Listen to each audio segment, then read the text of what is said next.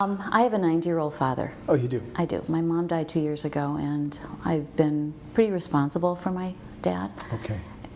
And I was actually going to do 8 years. I had in my head that I was going to do 8 years.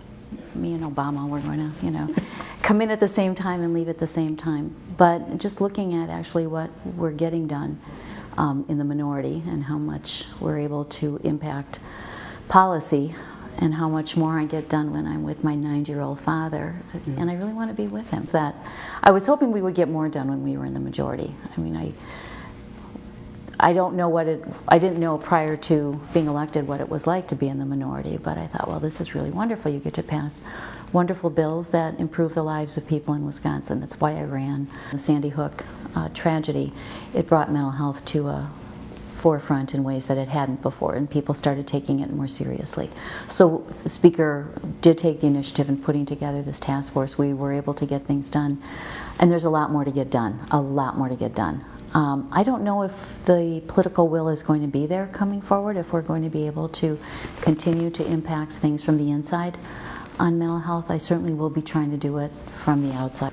I don't know that Act 10 has any influence now. Really? I really don't, no. I mean, Act 10 was last session, and if it bothered me that much, I wouldn't have run for re-election. I mean, Act 10 put a lot of fire in people's bellies, and I don't think that's gone away.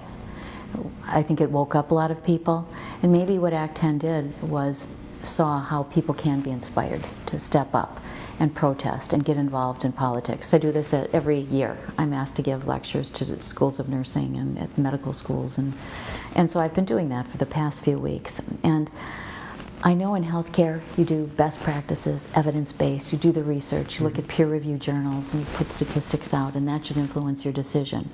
We don't do that here. We don't do that here. We do things based on special interest and contributions and party lines and all of those things. And that's true of both parties, isn't it? It is, but I'd like to say that I would think we're more rational than the other side.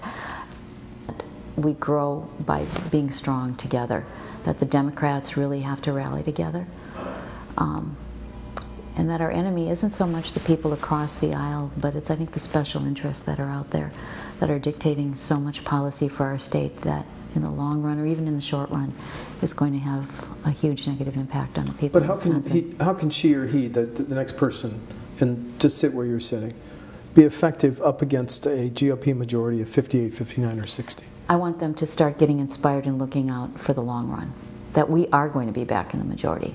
It may not be this next term, but the next one I'm more optimistic about, because it's hard to fight against these gerrymandered districts and take it back, but we will take it back.